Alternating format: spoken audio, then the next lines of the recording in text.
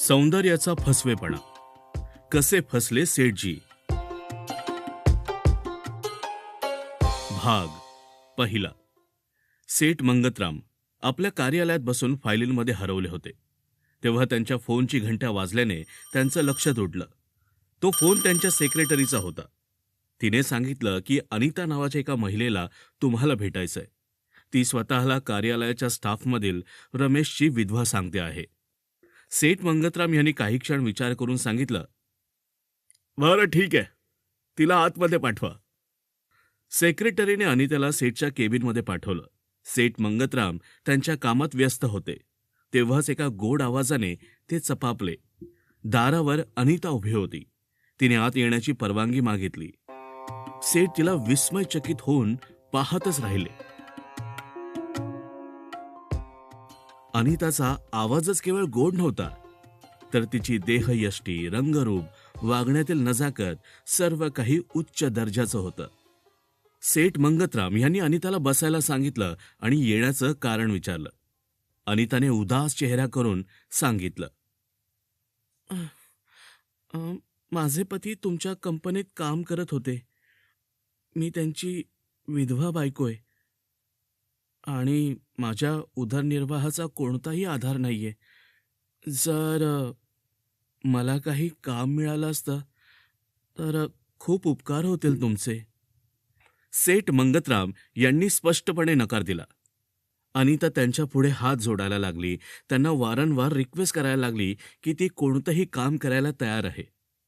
शेवटी सेठने विचारलं, मला सांगा, किती शिकलेला आहात तुम्ही? हे ऐकून अनिताने आपले डोके खाली झुकवले. सेठ मंगतराम म्हणाले, हे बघा, माझा व्यवसाय सराफीचा आहे, ज्यात दररोज कोट्यावधी रुपयांचे व्यवहार होतात. तुम्हाला कुठे काम देऊ आणि काय काम देऊ हे मला काही समजत नाहीये. असो, एक काम करा, तुम्ही उद्या या. मी काहीतरी व्यवस्था करतो. ठीक आहे, आता तुम्ही जाऊ शकता. दुसऱ्या दिवशी अनिता सेठ मंगतराम यांच्या कार्यालयात आली. तेव्हा ती आणखी जास्त कहर करत होती. अतिशय सुंदर दिसत होती. सर्वजण तिलाच पाहत होते. सेठ सुद्धा तिला पाहतच राहिले. सेठ मंगतराम यांनी अनिताला रिसेप्शनिस्टची नोकरी दिली आणि तिला आधुनिक मॉडर्न कपडे परिधान करण्यास सांगितले. दुसऱ्या दिवसापासून Anita miniskirt, T shirt, jeans आणि मोकळ्या केसांमध्ये येऊ लागली. पाहता पाहता ती कार्यालयात सर्वांवर प्रभाव टाकून गेली.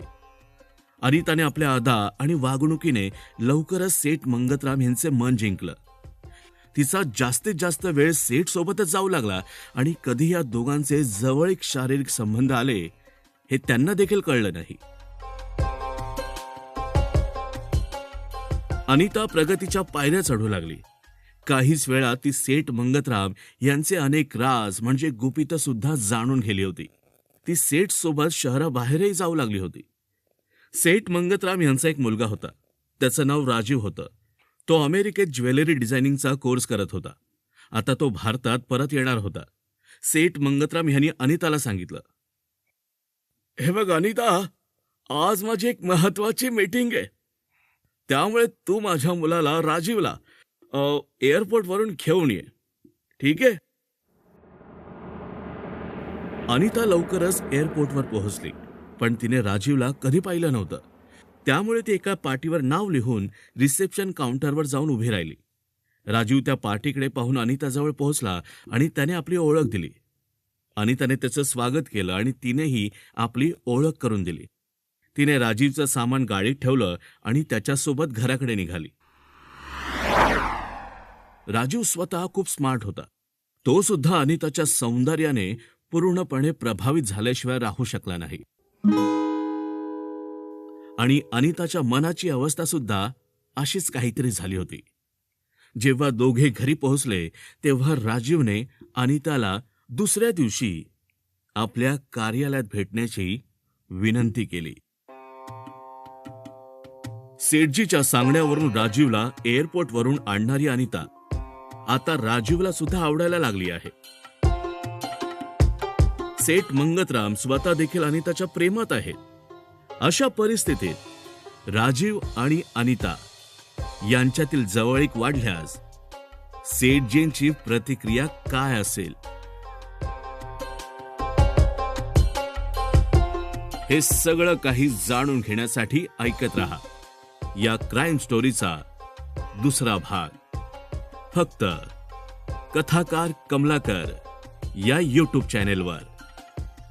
ऐकत रहा कथाकार कमलाकर.